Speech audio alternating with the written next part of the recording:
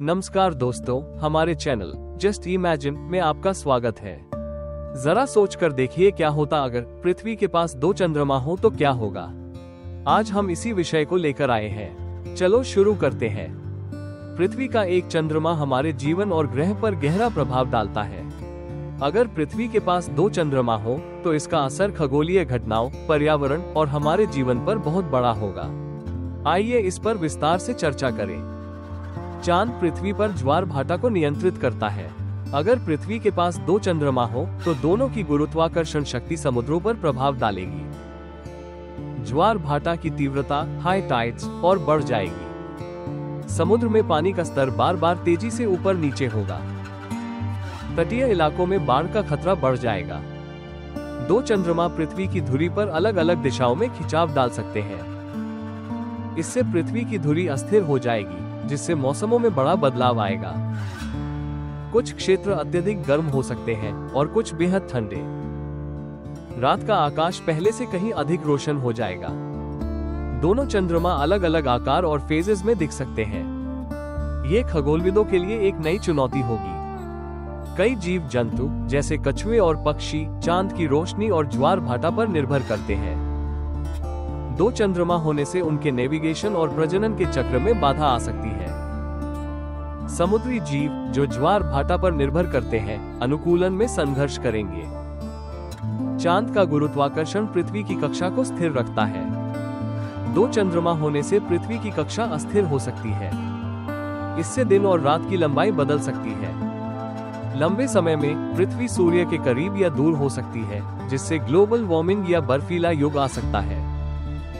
अंतरिक्ष अभियानों के लिए 2 चंद्रमा चुनौतीपूर्ण होंगे। दोनों चंद्रमाओं की कक्षा और उनके बीच गुरुत्वाकर्षण संतुलन को समझना जटिल होगा। चांद का हमारे साहित्य, कला और संस्कृति में गहरा महत्व है। कविताओं और गीतों में अब 2 चंद्रमा का जिक्र होगा। नई कहानियां और मिथक जन्म लेंगे। अगर दोनों चंद्रमा एक दूसरे के बहुत करीब आते हैं तो उनके टकराने की संभावना होगी। टकराव से बड़े पैमाने पर मलबा पृथ्वी की ओर गिर सकता है। ये जीवन के लिए गंभीर खतरा बन सकता है। 2 चंद्रमा होना सुनने में रोमांचक लगता है, लेकिन इसके प्रभाव गहरे और जटिल होंगे। ये पृथ्वी के पर्यावरण, मौसम और जीवन के लिए बड़े बदलाव ला सकता है। इससे हमें ये समझने में मदद मिलती है कि हमारे सौरमंडल में संतुलन कितना महत्वपूर्ण है। Thank you for watching. दोस्तों, उम्मीद है आपको ये वीडियो पसंद आया होगा, तो कृपया इसे लाइक करें, शेयर करें और अधिक रोचक वीडियो के लिए हमारे चैनल को सब्सक्राइब करें। नमस्कार दोस्तों, हमारे चैनल जस्ट इमेजिन में आपका स्वागत है। जरा सोच कर देखिए क्या होता अगर इंसान रोबोट बन जाए तो। आज हम इसी विषय को लेकर आए हैं। चलो शुरू करते हैं। आज इंसान तकनीक के सहारे अपनी जिंदगी आसान बना रहा है, लेकिन क्या हो अगर इंसान खुद ही रोबोट बन जाए? यह एक ऐसी दुनिया की कल्पना है जहां हमारी जैविक सीमाएं खत्म हो जाए और हमारा शरीर पूरी तरह से मशीन में बदल जाए। इंसान के रोबोट बनने का मतलब है कि हमारा मस्तिष्क और चेतना किसी मशीन में ट्रांसफर हो जाए। यह प्रक्रिया कुछ इस तरह हो सकती है। ब्रेन अपलोडिंग, हमारे दिमाग को एक सुपरकंप्यूटर में अपलोड कर दिया जाए। साइबरनेटिक बॉडी, जैविक शरीर की जगह मशीनीकृत शरीर का उपयोग किया जाए। आर्टिफिशियल इंटेलिजेंस, हमारी सोच, भावनाएं और निर्णय लेने की क्षमता को मशीन में प्रोग्राम किया जाए। इंसान के शरीर की मृत्यु होती है, लेकिन रोबोट बनने के बाद इंसान हमेशा के लिए जीवित रह सकता है। उम्र बढ़ने, बीमारियों और मौत जैसी समस्याएं खत्म हो जाएंगी। अमरता का मतलब है कि दुनिया में जनसंख्या विस्फोट होगा। संसाधनों की कमी हो सकती है। रोबोट इंसान हर तरह की शारीरिक सीमा से मुक्त होंगे। वे तेज दौड़ सकते हैं, बहुत भारी वजन उठा सकते हैं और चरम मौसम में भी जीवित रह सकते हैं। लेकिन इसका मतलब ये भी है कि इंसान और मशीन के बीच फर्क खत्म हो जाएगा। क्या तब हम इंसान कहलाएंगे? इंसान की खासियत उसकी भावनाएं हैं, प्यार, दुख, गुस्सा। लेकिन अगर हम रोबोट बन गए तो ये भावनाएं या तो खत्म हो सकती हैं या प्रोग्राम की गई होंगी।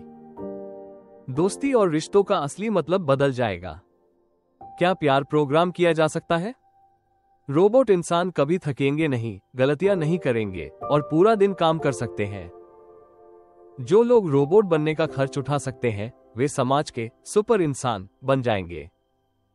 बाकी इंसान जो रोबोट नहीं बन पाएंगे पीछे छूट जाएंगे। यह असमानता समाज में संघर्ष और हिंसा बढ़ा सकती है।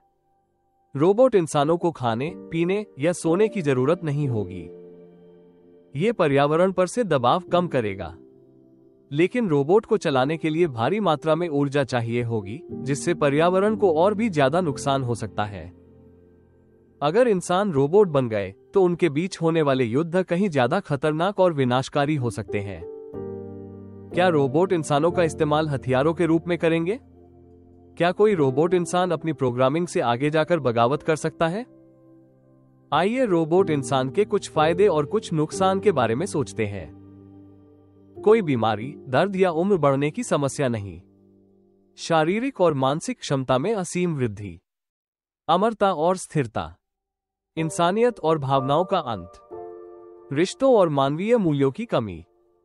समाज में असमानता और संघर्ष। तकनीकी निर्भरता से स्वतंत्रता खत्म। अगर इंसान मशीन में बदल गए तो सबसे बड़ा सवाल ये होगा, क्या हम खुद को इंसान कह पाएंगे? इंसानियत केवल हमारे शरीर में नहीं, हमारी भावनाओं, सोचने की शक्ति और कमजोरियों में भी है। अगर सब कुछ परफेक्ट हो जाए तो क्या वो जीवन जीने लायक होगा? इंसान का रोबोट बनना भले ही रोमांचक लगे, लेकिन ये हमें ये सिखाता है कि इंसान होने का मतलब केवल ताकतवर होना नहीं है। हमारी कमजोरियां, भावनाएं और गलतियां हमें इंसान बनाती हैं। भले ही तकनीक हमारी जिंदगी को आसान बना रही है, लेकिन ये जरूरी है कि हम इंसानियत को बचाए रखें। अगर सब कुछ मशीनी हो गया तो जीवन में जो जादू है वो खत्म हो सकता है। Thank you for watching. दोस्तों, उम्मीद है आपको ये वीडियो पसंद आया होगा, तो कृपया इसे लाइक करें, शेयर करें और अधिक रोचक वीडियो के लिए हमारे चैनल को सब्सक्राइब करें। नमस्कार दोस्तों, हमारे चैनल जस्ट इमेजिन में आपका स्वागत है। जरा सोचकर देखिए, क्या होता अगर पृथ्वी सपाट होती तो जीवन कैसा होता? उद्धरण चिन्ह . आज हम इसी विषय को लेकर आए हैं।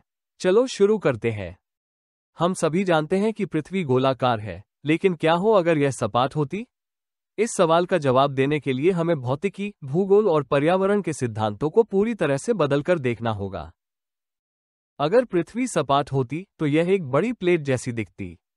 इसमें एक केंद्र होता और किनारे पर एक सीमा, जैसे किसी सिक्के के किनारे।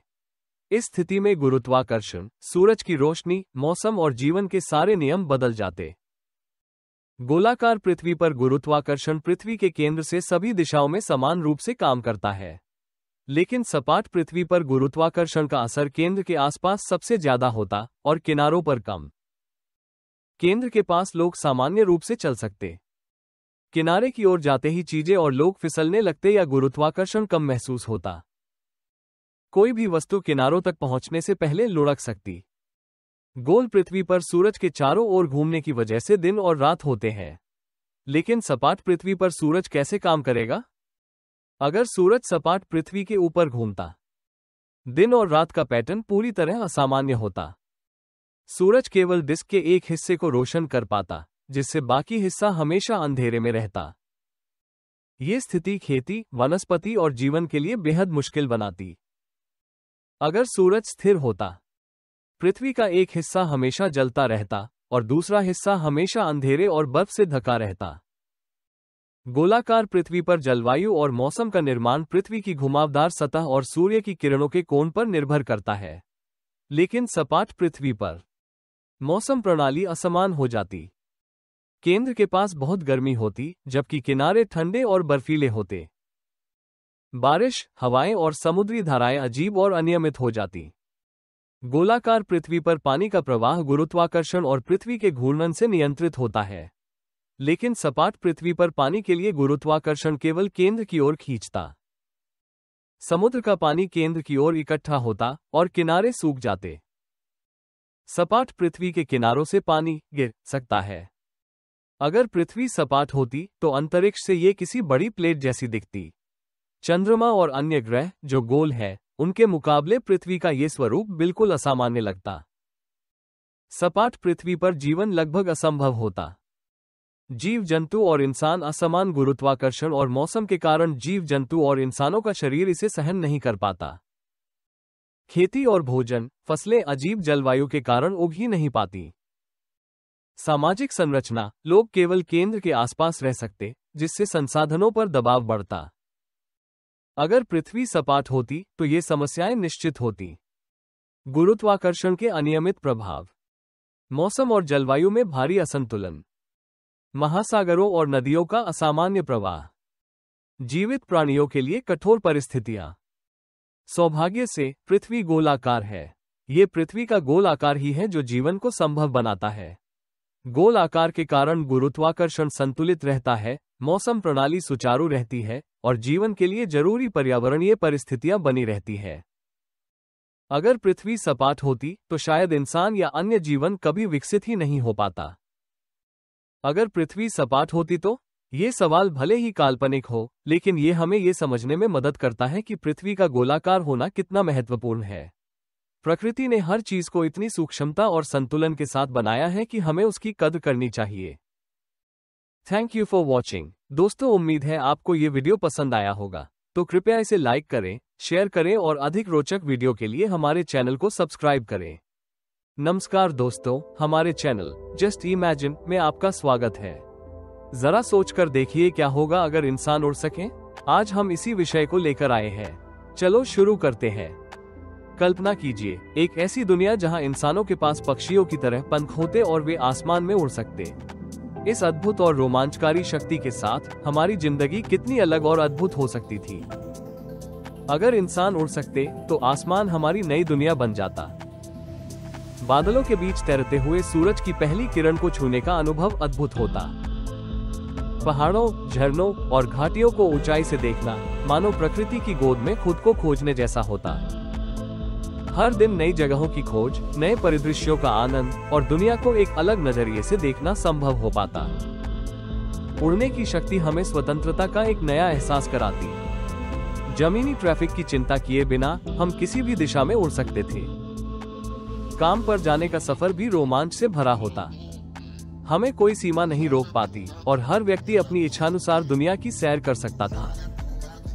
तेज हवाओं के साथ दौड़ लगाना या बारिश की बूंदों के साथ आसमान में झूमना हर पल रोमांच से भरपूर होता। समुद्र के ऊपर उड़ते हुए उसकी लहरों की गहराई को निहारना, बादलों की भूल-भुलैया में छिपे रास्तों को तलाशना एक अद्भुत खेल बन जाता। इस नई शक्ति के साथ एक जादुई दुनिया का जन्म होता।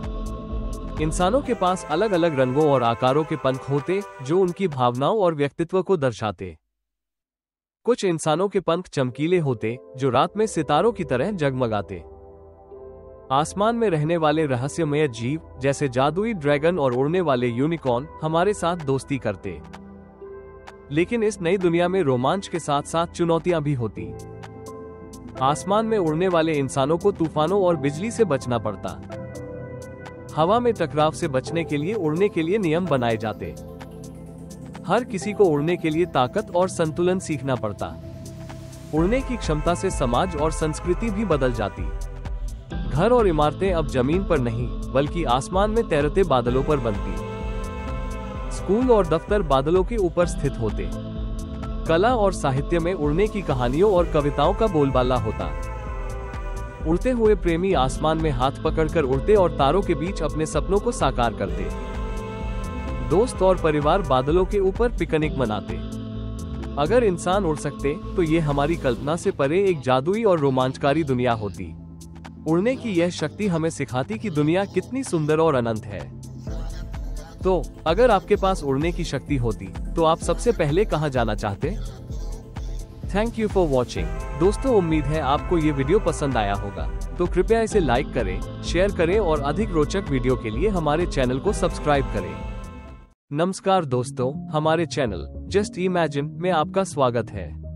जरा सोचकर देखिए क्या होता अगर हम किसी और ग्रह पर यात्रा कर सकें। आज हम इसी विषय को लेकर आए हैं। चलो शुरू करते हैं। यह विचार न केवल रोमांचक है बल्कि हमारी सोच और विज्ञान की सीमाओं को भी चुनौती देता है। अंतरिक्ष यात्रा का सपना लंबे समय से मानवता के लिए एक रहस्य और प्रेरणा का स्रोत रहा है। अगर हम किसी और ग्रह पर यात्रा कर सकें, तो ये हमारे जीवन को कई तरीकों से बदल सकता है। आइए इस पर विस्तार से विचार करें। अगर हम किसी अन्य ग्रह पर यात्रा कर सकें, तो हम वहां की भौगोलिक स्थिति, जलवायु और पारिस्थितिकी तंत्र का अध्ययन कर सकते हैं। क्या उस ग्रह पर पानी है? क्या वहाँ जीवन के संकेत मिल सकते हैं? वहाँ के पर्वत, घाटियाँ और महासागर हमारी पृथ्वी से कैसे अलग होंगे? ये सब मानव ज्ञान को नई ऊंचाइयों तक ले जा सकता है। किसी अन्य ग्रह पर यात्रा करना तभी संभव होगा जब हम अंतरिक्ष यात्रा की तकनीक में एक बड़ी छलांग लगाएं। प्रकाश की गति से तेज अंतरिक्ष यान बनाना, इंसानों को शून्य गुरुत्वाकर्षण में जीवित रखने के लिए नई तकनीकों का विकास, ऊर्जा और संसाधनों को पुनः उपयोग करने वाली प्रणालियां, ये सब विज्ञान को नई दिशा देगा और धरती पर भी कई समस्याओं का हल निकालेगा। अगर किसी ग्रह पर जीवन संभव हो तो यह एक अद्वितीय अनुभव होगा। क्या हम वहां के जीवन के साथ तालमेल बिठा पाएंगे? क्या हम उनके साथ संवाद कर सकते हैं? यह मानवीय सभ्यता के लिए एक बिल्कुल नया अध्याय होगा। दूसरे ग्रहों पर यात्रा का एक बड़ा लाभ ये भी हो सकता है कि हम वहां से ऐसे प्राकृतिक संसाधन प्राप्त कर सकें जो पृथ्वी पर दुर्लभ है। खनिज, धातु और दुर्लभ तत्व, ऊर्जा स्रोत जैसे सौर ऊर्जा जो किसी ग्रह के पास के तारों से भरपूर हो। इससे हमारी पृथ्वी की ऊर्जा और संसाधनों की कमी को पूरा किया जा सकता है। दूसरे ग्रहों पर बसना मानवता के अस्तित्व के लिए एक सुरक्षा कवच जैसा होगा। अगर पृथ्वी पर कोई प्राकृतिक आपदा या बड़ा खतरा हो तो हमारे पास प्लान बी होगा। ये मानव जाति को विलुप्त होने से बचाने का एक माध्यम बन सकता है। जब हम पृथ्वी छोड़कर जाएंगे तो हम अपनी जड़ों और घर के प्रति एक नई कृतज्ञता महसूस करेंगे। अंतरिक्ष यात्रा और नए ग्रहों की खोज हमारी कला, साहित्य और संगीत को भी प्रेरित करेगी। हालांकि यह सपना सुंदर है, परंतु इसकी चुनौतियां भी बड़ी होंगी। दूसरे ग्रहों पर वातावरण विषैला हो सकता है। गुरुत्वाकर्षण का अंतर हमारे शरीर पर प्रभाव डाल सकता है। यात्रा के दौरान ब्रह्मांडीय विकिरण से सुरक्षा कैसे होगी? इन सब समस्याओं का समाधान करना किसी पहाड़ को चढ़ने जैसा होगा। क्या हमें किसी अन्य ग्रह पर जाकर वहां के प्राकृतिक संतुलन को तोड़ना चाहिए? अगर वहां जीवन पहले से मौजूद हो तो क्या हमें उसमें हस्तक्षेप करने का अधिकार है? यह नैतिक सवाल हमें सोचने पर मजबूर करेंगे। अगर हम किसी और ग्रह पर यात्रा कर सकें तो यह मानवता के लिए एक ऐतिहासिक उपलब्धि होगी। ये हमारे सपनों को साकार करने और हमारी सोच की सीमाओं को तोड़ने का प्रतीक होगा। हालांकि इसके साथ आने वाली चुनौतियों को समझना और उनका सामना करना भी उतना ही महत्वपूर्ण होगा। अंतरिक्ष यात्रा का ये सपना भविष्य में विज्ञान, कला और सभ्यता के विकास का एक नया अध्याय लिख सकता है। क्या होगा अगर हम किसी और ग्रह पर यात्रा कर सकें? ये सवाल हमारी कल्पना को उड़ान देता है और हमें भविष्य की संभावनाओं के लिए तैयार करता है। Thank you for watching. दोस्तों, उम्मीद है आपको ये वीडियो पसंद आया होगा, तो कृपया इसे लाइक करें, शेयर करें और अधिक रोचक वीडियो के लिए हमारे चैनल को सब्सक्राइब करें।